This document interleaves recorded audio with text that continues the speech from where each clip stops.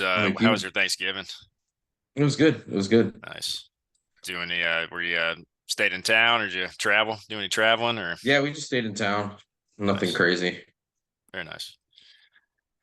I'm gonna do something a little different today. We're gonna wait till obviously we're gonna wait till 1:35 to start, but I got a little trivia. We're gonna get the brain juices flowing. Okay. I, Attendees I, hearing us? yeah, everybody that's in here so far, just put a comment or emoji that you guys can hear us okay. You can see us on camera and all that good stuff. And we'll be getting started here very shortly. Got a couple more minutes. Wait on some of the stragglers to get in here. I'm getting some emojis. No chats yet, but I'm getting emojis, so I'm assuming that we're okay. Everybody can hear us. Everybody can see us. Oh, good.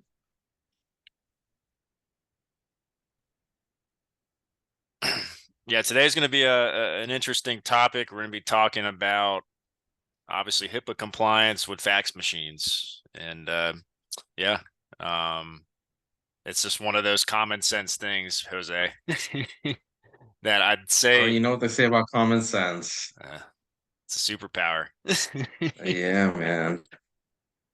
It's impressive. See, we got a couple more in here. We'll give it one more minute to get going.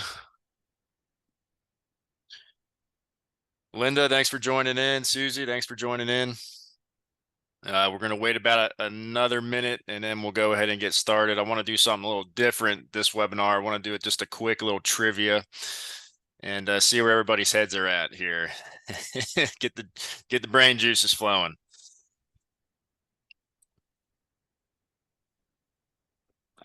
Let me go ahead and share my screen, make sure that looks good. Jose, let me know if you can see. Yep. Perfect. And Jose, you can't participate in this, by the way. Oh, don't worry. So hold your tongue. I will.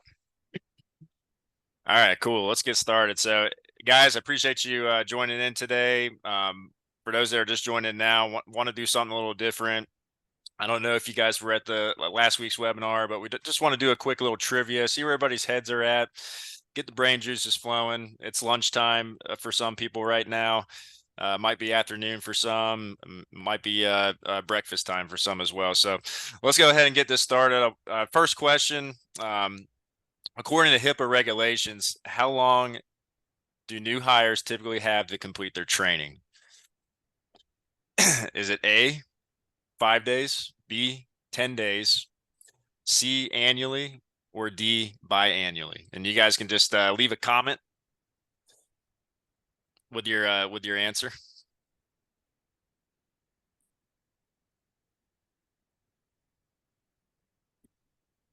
Kathleen says B. Linda says 10 days. Everybody's saying B right now. I might have threw a little trickery in here, so I'll give it another 10 seconds here.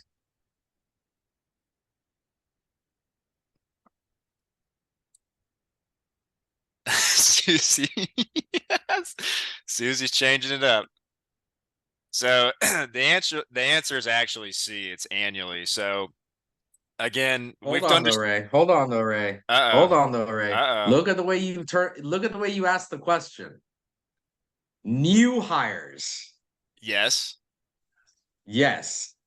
They have to do their annual training within the first 10 days. Once the initial HIPAA training is complete, then they go to the annual.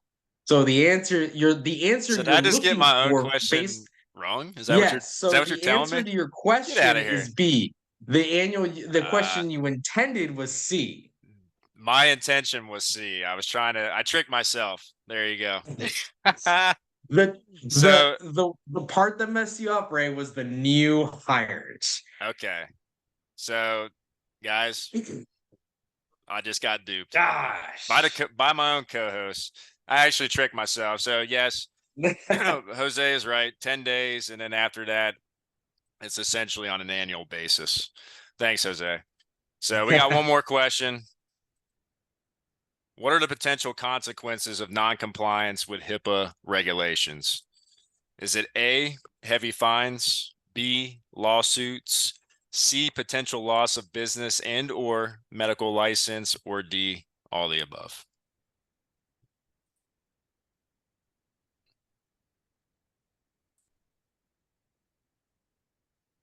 Getting a lot of D's right now. I'd say that's you guys are on the right track. I don't think I got this one wrong. We'll give it Well, another this 10 one's seconds. important. This Yeah, one's important based on this the one is. conversation we're gonna have today, Yes, it is. Yes, it is. because of the different factors involved. So the answer is D, all the above. So that's all I got for now for the trivia. I appreciate you guys participating with that. And let's go ahead and dive into the substance and today's topic.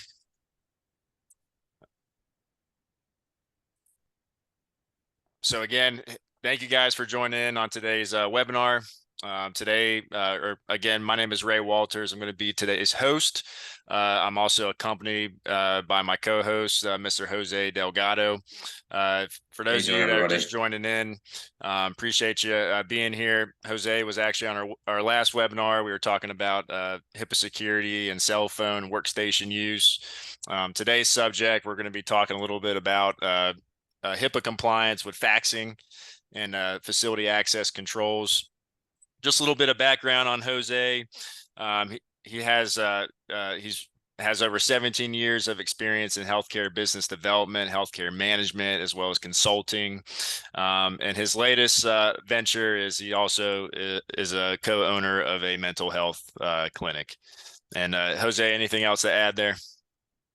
Not really. I mean, you pretty much hit it on the head. For today, you'll be able to know, you'll be able to peek into some of the issues that you and I have tag teamed on several clients on the consulting side and on the EPICompliance side that have had issues with this specific topic. Absolutely. So we'll go over the details of it as we go through, but make sure the TLDR, make sure you know who owns the device. Of course, of course. And obviously before we get started into the meat and potatoes, do want to give you guys just a brief background of EPICompliance. We've established in 2013. Our focus is healthcare compliance, specifically in HIPAA privacy, HIPAA security, OSHA for healthcare, and Medicare regulations. Our mission is simple. We want to help streamline the compliance process for healthcare organizations, students, and business associates alike.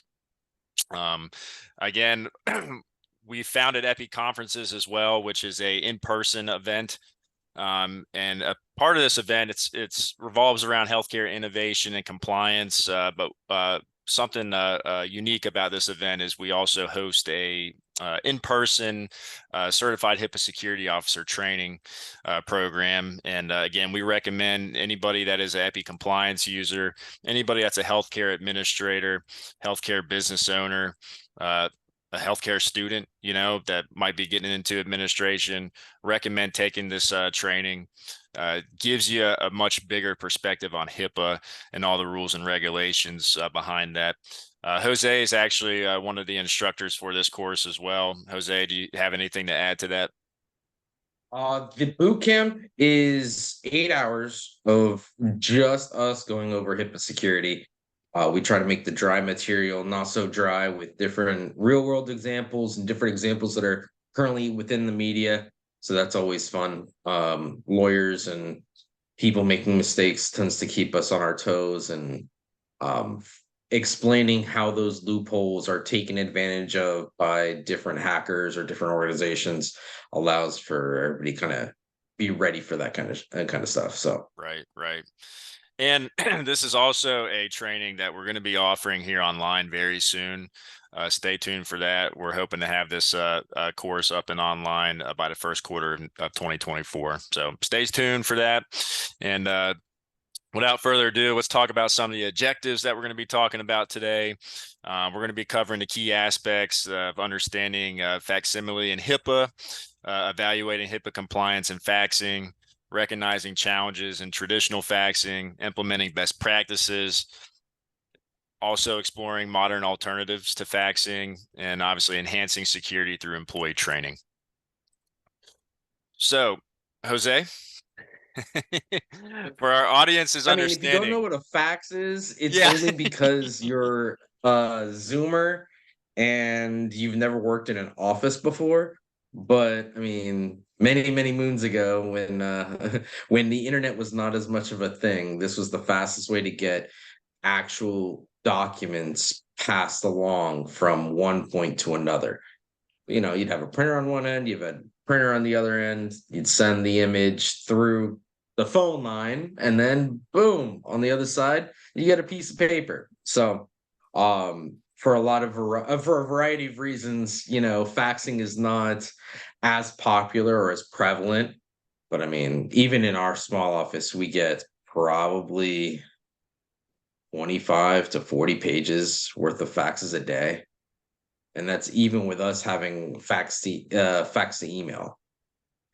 Just the way that the things that we end up having to print out to add to the record or anything like that. I was So going to say, would you say it's it's the faxes that were incoming? Are they more so they're medical all record incoming. related, or? Yeah. It's Gotcha. always patient related information. I mean, they used to even do set targeted sales. Just hey, here's let's waste some ink and toner on somebody wanting to sell us a DME referral.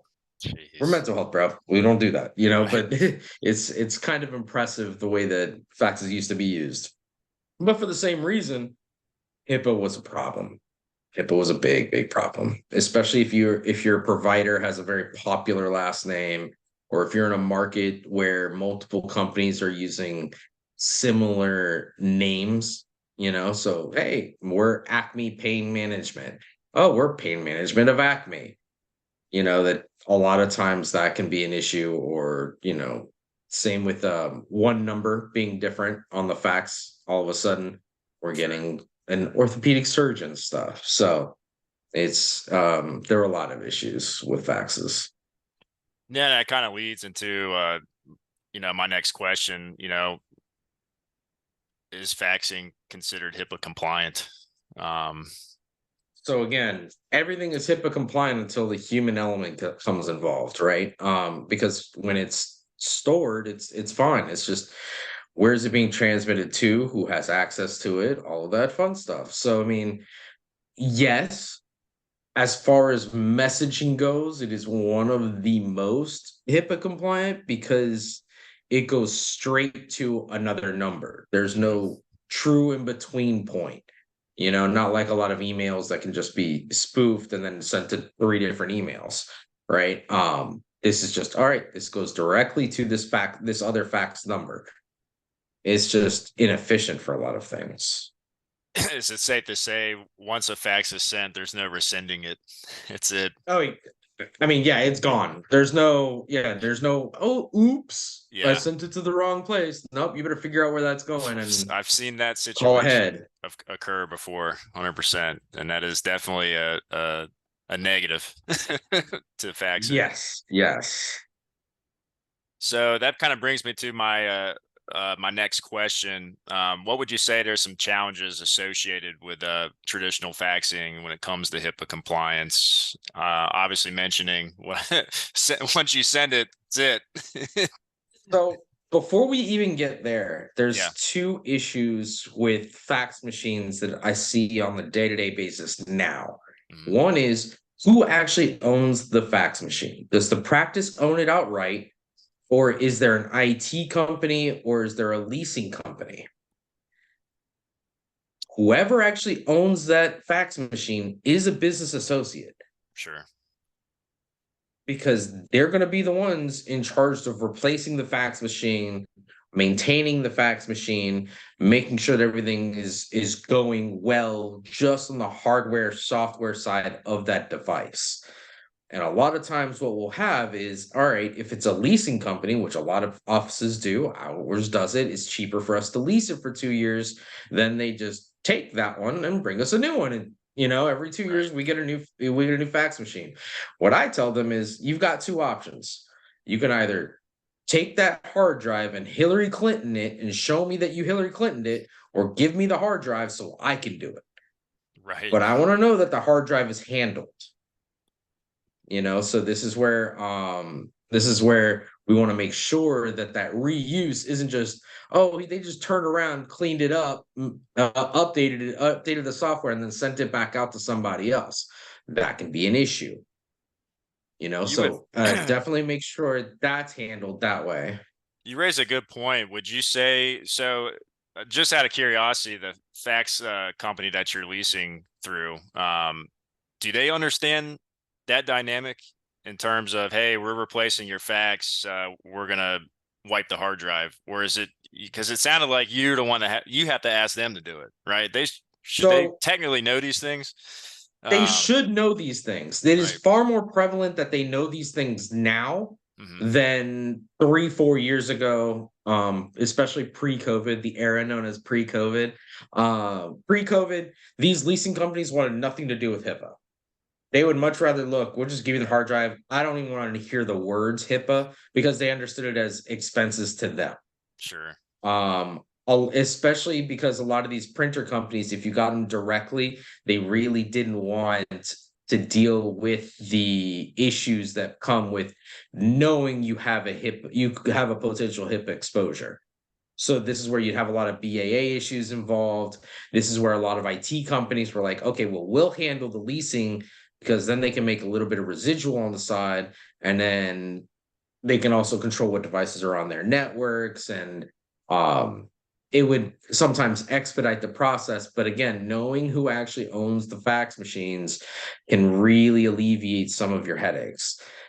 And Sure. sometimes it's just an easy BAA and an easy solution. Hey, if you're in a certain area where you like to go shooting, it's not that hard to go shoot a hard drive. It's not that hard to take Right. a No, hammer to a hard drive. but you raise a good If point. Clinton can do it, I can do it. I'd say one of the more important things, or one of the basic things you got to have in place, especially if you're leasing, is a BAA agreement, right? You That's gotta that's a have a must, BAA is nice and tight. right?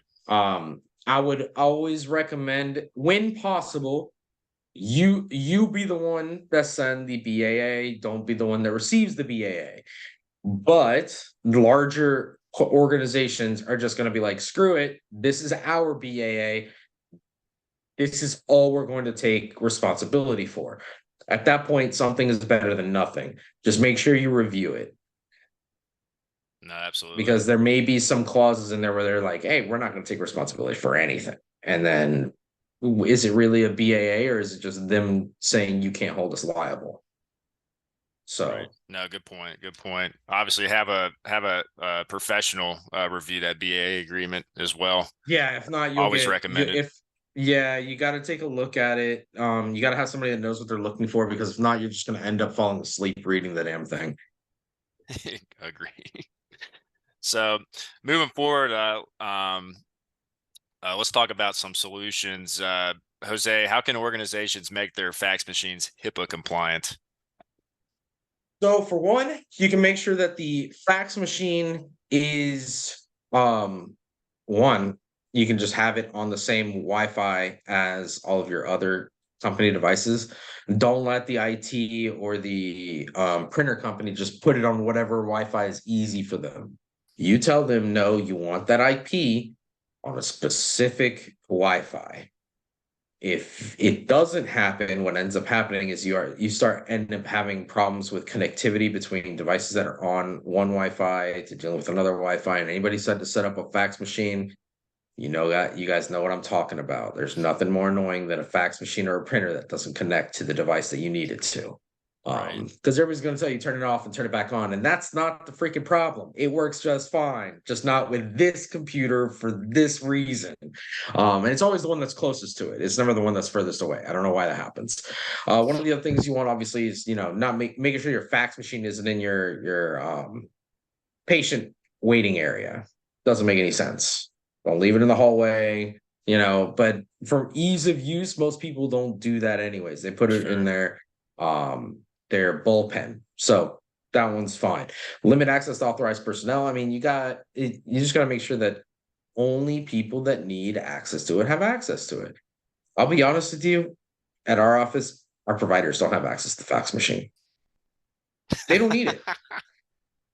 Our fax machine is actually even our printer. Sure. And because of the way that there's no reason for business purposes that any of our providers in our mental health setting need to print anything. The reason is because one, it's mental health. What are you doing? Sure. Two, you don't need to fax anything. You don't need to print anything because you can just send it by email. Or what more than likely happens is that anything that needs to be faxed, printed, or sent anywhere, they're telling somebody else to do it for them because they're a provider, and that's the way providers work. So I was gonna the say, for reality of the matter is reliability that purposes, it doesn't make sense for the provider to yeah, send it the just fax. doesn't make any sense. And then it's one more person I got to teach a new machine every 2 years. Yeah. It's just there's no point. It's usually just, hey, they try to fumble around and somebody says, before you break it, what are you trying to do? Right. And then somebody else handles it usually. So yeah, so you want to limit that access to only the people that need it, because again, there's going to be PHI coming out of that fax machine. Yes. So I mean, do you really want, your accounting office to be having access to the same fax machine that your medical records, that your new patient, your MA bullpen? No, they don't need the same level of access. They don't even need access to the same machines. So what are you doing? Now that also brings up the whole, do we even really need a fax machine nowadays with all the other things coming on? But we're getting a little ahead of ourselves. No, that's no good segue. And that's essentially the next slide, and going back to that, what are, modern alternatives that healthcare organizations can use versus the traditional faxing methods? So the answer to that is always going to be, what's the best tool for what your office needs? Right. Right. So for my office, most of my providers are not in the office. So they're not driving my staff crazy. So they don't ever need access to the fax machine one more time. Right. But so how do we get them access to the documents that are faxed to us or to the office? You got your EMR, EHR, where, any PHI, it's uploaded to the appropriate medical record, you're good to go. Other situations where maybe you need to have access to certain faxes, like if it's a prior authorization or something that needs to be signed and then sent back, because insurances are still doing things the 1990s way because they're insurances. Then you may need something that is a fax to email or a fax to print or one of the cloud sharing services mentioned here. There are literally hundreds of different ways to skin that cat. It all depends on what is the most useful for you. When you're considering this stuff, make sure that you understand what is the exposure on the HIPAA side. So is there encryption? Is there no encryption? Is there a special application that I need on the device to be able to view the information? Is this something that I log into where everything is faxed to, and then I pull the fax? For example, we use Practice Fusion at our office, and I believe Allscripts has the same thing because they own Practice Fusion. We have a company that we use called UpDocs, where all of our faxes go to that It's like a digital application. Yeah. Yeah, it's all digital. And then we can actually go and say, okay, yeah, go ahead and print it. Or I can go and say from my house here, hey, no, I'll print it from over here. That way I have quicker access to it than printing it at the office, driving to the office, signing it, and then putting it away. Like it's Sure. no. So then you have the same problem as before, where if it's a mobile device, your mobile Wi-Fi, device is acting right. as it's acting as your fax machine. So Yeah. again, who owns the device? So but yeah, absolutely. A lot of these tools, don't look for something that gives you another thing you have to pay for.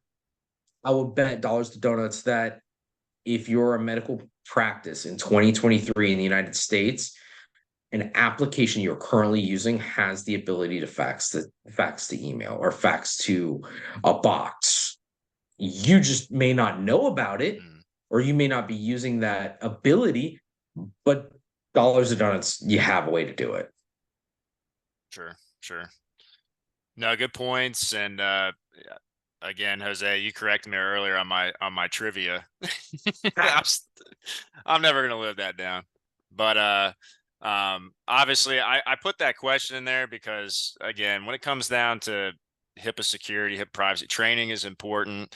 Obviously, it was mentioned earlier, have to have policies, procedures in place. Who has access to the fax machine? Is it in a secure location, et cetera? Who's having that BAA in place with the leasing company, so that if they're replacing the fax machine, you're making sure that data is getting wiped completely. But again, the emphasis is training. And Jose, how can organizations enhance security or enhance HIPAA security training for faxing? So there's really three ways to do this. There's the most difficult way, which you'll see in a lot of accounting and legal firm, where everybody who has access to a fax machine or a printer has a specific code. This they use it a lot for billing out their client, but realistically, it's also a tool that they can use as an audit trail to see who faxed what, when, and where. Um, it's they use it for proof, but for us, it's also a proof of who sent it. So I'm in Northeast Florida, Dr. Smith, or Dr. Singh. There's like 4 Dr. Smiths in my area. How do we know we sent it to the right one? Hmm. What is the protocol for we sent it to the wrong Dr. Smith? Did we catch it, or did the incorrect office catch it? So you want to have protocols for all of it. And again, depending on what's going on is the severity of um the sanction should be, like, hey, all right, I sent a prior auth to the wrong primary care. Okay, well, there isn't that much information on it. Don't do it again. Slap them on the wrist, train them, show them where to get the proper number. Okay. They do it twice. All right. Now I'm writing you up. And the third time, boot them because they don't learn. Right. Now, normally I like to do it to where it's like, hey, know how this stuff works. If you make a mistake, mistakes happen, especially if you're in a busy office, especially if you're under a man. So I'll go and do the 3 strikes rule, but as time goes by, it'll be like points on a license where, that third strike, all right, well, now you're only down to 2 strikes, or now you're only down to 1 strike, or now you're good to go. Don't screw up again. This is just one it's tricky to keep track of. If you have numbers that you always use, then yeah, it's nice to be able to program them or have them on a sticky note because that's not violating HIPAA in any way, shape, or form. I would always recommend that if you are going to be faxing a large amount of information, you let the person know, hey, I'm sending you a bunch of information now. I'm calling you in 10 Yeah. minutes. Yep. Let me know you got it. This way, you guarantee that it got to the right place, because if you didn't, then you can go and be proactive about, okay, hey, this got sent to the wrong place. Let's go and call that person that received it and say, hey, I sent you something incorrectly. Can you do me a favor and toss it? And then, you handle it on your end. No, absolutely. Got to have a protocol for that, and Yeah. got to be proactive. Is bottom line. No, 100%. So, So let's talk about some of the solutions. In summary, Jose, what solutions do you recommend for organizations to improve HIPAA compliance in faxing? I would love to say that you don't need a fax machine, but that's not Yeah. reality. I would love to be able to say that, but that's just not the case. Just because of the way that different organizations work. So I would say that Sure. you doing it all in one is the easiest way to do it, like a printer, scanner, copier kind of setup. Um, One way you can limit issues, depending on your size of office, is only having certain hubs. So maybe the whole office has 2 printers. And those 2 printers are also fax machines. That way you can kind of keep track of everything. Make sure you have BAA with whoever owns the Yes. printer. make sure, either the office owns it or the IT owns it, or if, a leasing agency owns it, perfect. You got to make sure that you're proactive with that. Make sure that all the employees know how to use a fax machine, what numbers to do, what numbers not to do, how to learn, all those details of training individuals, and that they know the policies, that they understand that, hey, if every single time you fax something to the wrong place, that's a HIPAA breach. We got to handle this appropriately. Not always does it need to go to OCR. Oh, hey, we sent the wrong prior off, No, but we need to handle it just as seriously as every other kind of breach. We can just usually handle a fax machine internally without reporting it or without it being resulting in fines. Right. Good I point. did see a Obviously, question. Did yeah. you want to hit that one question that came in a little bit earlier? Yeah, go ahead. Susie, she had Um, asked, why add data into the fax body? Will they not be able to see the fax body too? Was her question. I mean, so the old way we used to do faxes, right, was the cover page and then all the information behind it. Now, if you're doing fax to email or anything like that, it's just all getting printed out anyways. The cover page, yeah, you can have the disclaimer on there and everything else. I'm guessing that's what Susie's referring to. So yeah, you can, no need to reinvent the wheel, but I mean, if you're doing fax to email or if it's just getting faxed and printed someplace else, they're going to look at it because we're like, okay, well, what is this? I don't even know. Is this supposed to go to my medical records department? Is this supposed to go to my bullpen where I'm getting everything set up for a new patient? Like, what is this information? So, I mean, I Right. guess Susie, I'd need a little bit more information on what exactly she's looking for, because if I'm sending a fax, I'm gonna send the data in there. Susie, if you can chime in, let us know, and we'll answer at the Q&A here. But one more thing before we get to the she's actually Susie mentioned that she's that she's got it now. Perfect. Oh, okay, all right, cool. So before we move to our Q&A, I just want to share a couple opportunities with you guys. Again, appreciate everybody being here on these webinars, and I hope you're finding this valuable. We do offer a range of courses. We do have obviously the subject matter today was HIPAA security related, but again, as I mentioned earlier, we do OSHA, HIPAA, and Medicare compliance. We do offer a free OSHA course.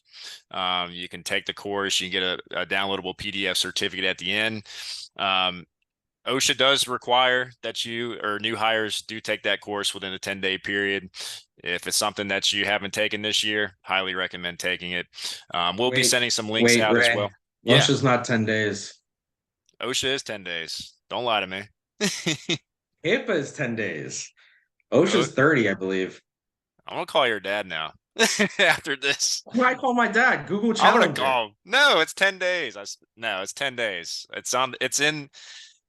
You know what? I'm about to look up the regulation right now. I swear it's 10 days because I saw it. OSHAdepartment.gov. 10 days. Marlene, thanks for chiming in. Students can take that training as well. All you got to do, just have them go to epicourses.com, and they can register individually as long as they have a valid email address. No problem. Jose, it looks like you're looking it up right now, so I hope you eat those words. But in the meantime, I'm going to go over just a couple more of our offerings here. Obviously, if you guys are looking for something HIPAA related as well, we do offer a training bundle.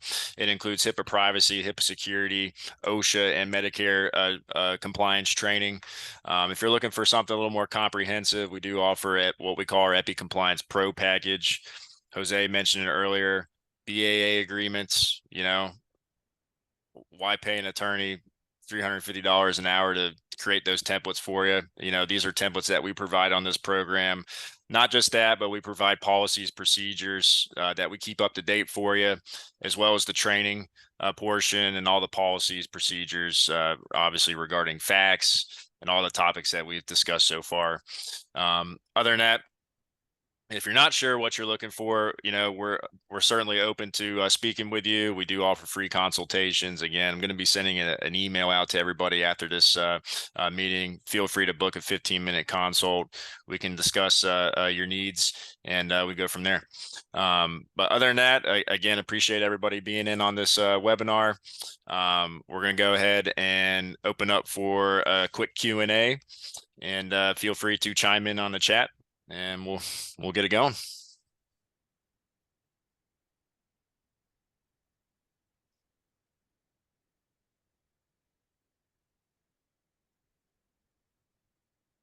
No questions today. Just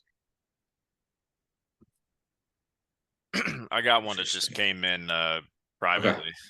Jose.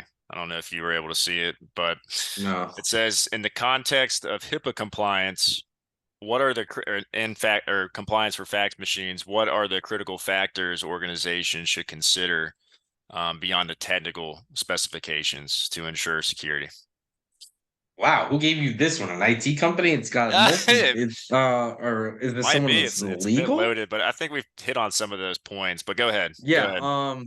So outside of the technical, because remember, HIPAA security encompasses three areas, right? Physical, technical, and administrative. So if you're saying outside of the technical side of things, you're looking at the physical side. So who has access to the fax machine? Mm-hmm. Keep in mind that incidental access is not an issue. So your cleaning service is not going to be an issue. It's going to be more along the lines of who has access to it day to day for information purposes. You don't want your patients having access to it, so on and so forth. Then administratively, your exposure would be on the policy side, and on the BAA side. Right. Because again, who owns the printer? So then you have a BAA with the person who owns the printer. If that's a brand new printer and you're older than brand new, then someone's going to ask you where those old hard drives are. Sure. Sure. Now, you may not need to actually store the hard drives because any of the PHI that's on there should be in the medical records for the corresponding patient. And I'm just going to nod my head like, yes, that person asking the question should be nodding their head, yes, up and down. So then you can just destroy the hard drive. If, however, there is unique patient information on there, you need to store it for the appropriate amount of time, depending on whether they're a minor or an adult, or if this is mental health related, or so on and so forth. So you've got a couple different factors there. Then on the administrative side, you also have the policies and procedures regarding use and training, and unexpected faxes received and sent. So if you are a Dr. Smith and you got sent a fax with patient information on it, what do you do with it? Do you send it back? Do you call the office and say, "Hey, we're the wrong Dr. Smith"? Right. Or are you like this one DME company that, threatened to sue a client of ours because they sent a fax wrong to them, and it was just a simple misunderstanding that they decided to blow completely out of proportion, and there was nothing really there. So, like, how difficult do you want to be? So, This that would person wanted basically to remain anonymous, but he responded and it said he was shaking his head. Yes, okay, and he perfect. is an IT person, so I think Okay, perfect. so.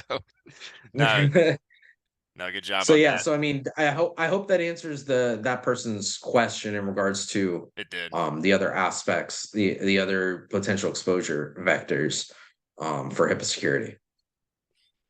No, absolutely. And Marlene, our HIPAA and OSHA certifications for students free. The OSHA course is a free course. Our HIPAA trainings are not. Our HIPAA trainings are paid. If HIPAA is what you need, I would recommend going with our training bundle. HIPAA and OSHA are bundled in with that program, as well as waste, fraud, and abuse. That would be my recommendation. Other than that, that closes out. I don't see any other questions coming in. That'll close out our Q&A for now. Next week's topic, we're going to be talking about security management and risk analysis. Jose, I don't know if think your dad might be running that one, but we'll I have no idea. If I've already blocked off the schedule on my end, and if he sure. decides to bogart it, then you guys will have someone with English that's not as good looking as I mine. know that's a good yeah, that's a good subject for him. So but guys, if there's any topics or anything specific that you want us to touch on, please provide some feedback. Again, everybody's going to be receiving an email. We'd love to hear it. Right now we're just sort of going with what's popular or what we see, is most common.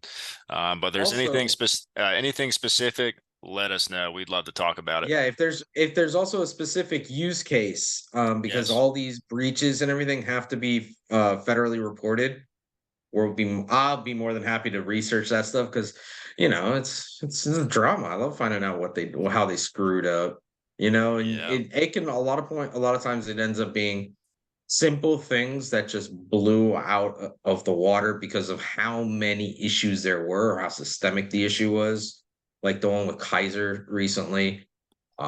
So yeah, I mean, we can go into all of it. I mean, how all scripts got into and it got ransomwared, and then they got Yeah. class action lawsuited by all of their Saw clients a that. couple years ago. Hmm. So, I mean, this stuff it can get a little bit into the weeds, but we want to keep it as entertaining for you guys as possible because this stuff can get dry. Absolutely.